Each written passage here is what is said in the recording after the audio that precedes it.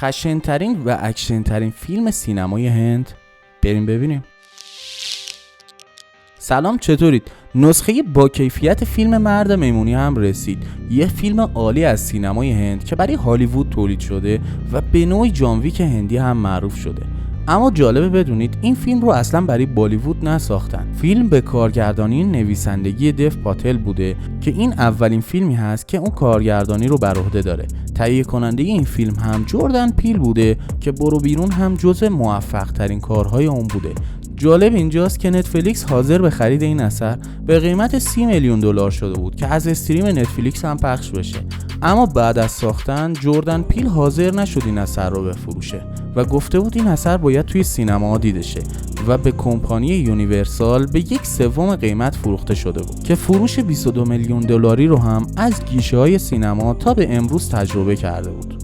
تا امروز کلی تبلیغات شده بود روی این فیلم و 14 میلیون هم تریلر این فیلم توی یوتیوب بازدید گرفته بود. دیو پاتل توی یه مصاحبه میگه بیشتر از 10 ساله که این ایده توی ذهن منه و تحت تاثیر فیلم‌های بروسلی و صحبتایی که پدر بزرگم در مورد یکی از اساطیر هند هانومان میکرده قرار داشتن و همیشه تصویر یه مرد جوان رو با ماسک میمون توی مسابقات زیرزمینی میدیدم.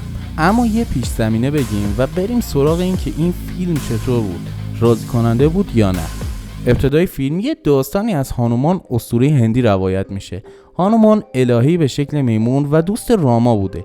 زمانی که همسر راما گم میشه هانومان به دنبال اون میره و اون رو از جهنم نجات میده و راما نامی از خودش رو بر روی قلب اون حک میکنه.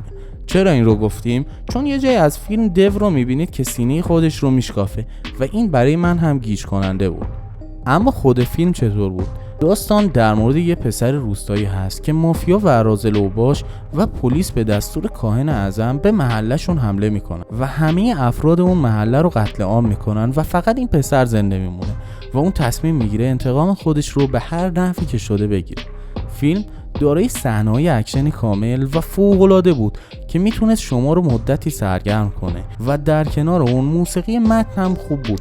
اما اولین چیزی که قشنگ دائم توی ذوقم میزد فیلم نامه بود. اینقدر پیش پا افتاده بود که از اول تا آخرش رو میدونستید قراره چی بشه و همین هم هی توی ذوق میزد.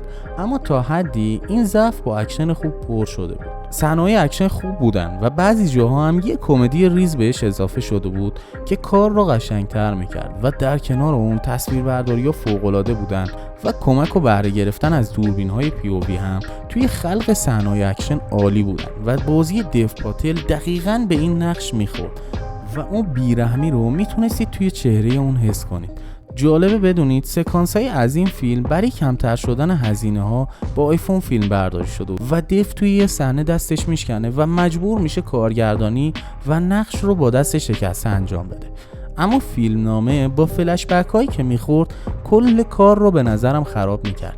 تا میومدی با شخصیت خوب بگیری و اوکی بشی فلش بک میخورد به گذشته و اصلا گنگ بودن فلش بک ها و داده ندادن اونها بیشتر عصبیتون میکرد تا سیراب شده و اینطوری بود 1 ساعت اول فیلم رو شما اصلا توی داستان نبودی. از سمت دیگه نمیدونم نظر من اینطوری بود نسبت به فیلم یا شما هم همین نظر رو دارید با من. یک کپی خیلی ساده از جان ویک و تقریبا بویکا بود. مثلا انتقام گیری، صحنه‌های مبارزه با چاقو، صحنه خرید مهمات و همه اینا هی من رو به یاد جان ویک مینداخت. حتی صحنه پرت شدن توی رودخونه هم با الهام از جان ویک بود و خب اینا خیلی باعث توی ذوق خوردن بیننده میشه. صادقانه اگه بخوایم در نظر داشته باشیم که فیلم خوب بود یا نه، به نظرم جالب نیست و اون اکشن جذابی که دوست دارید رو نمیده بهتون. دائما داره از خط داستان خارج میشه و ته داستان رو میدونید و اصلا تکلیف فیلم روشن نیست چی میخواد بگه و هدف و پیامش چیه. بین جدی بودن و شوخ طبعی گیر کرده و تنها نقطه قوتایی که فیلم داشته به نظرم بازی دیو پاتل بود که خوب تونسته بود توی این نقش حل بشه و با نقش خوب بگیره و در کنار اون مبارزات خشنی هم که داشت تونسته بود کار رو به نوعی در بیاره. ولی نمرات این فیلم از سمت منتقدا چیز دیگه ای رو میگن و از این فیلم رضایت کامل رو دارن. دریافت نمره 70 از وبسایت سختگیر متاکریک، دریافت امتیاز 88 از نگاه منتقدان و 80% از نگاه کاربران سایت روتن تومیتوز همچنین دریافت امتیاز 7.3 از مجموع 20,000 رای میگن که این فیلم خوب بوده. بازیگران دیو پاتل و شارلتو کوپلی هستن.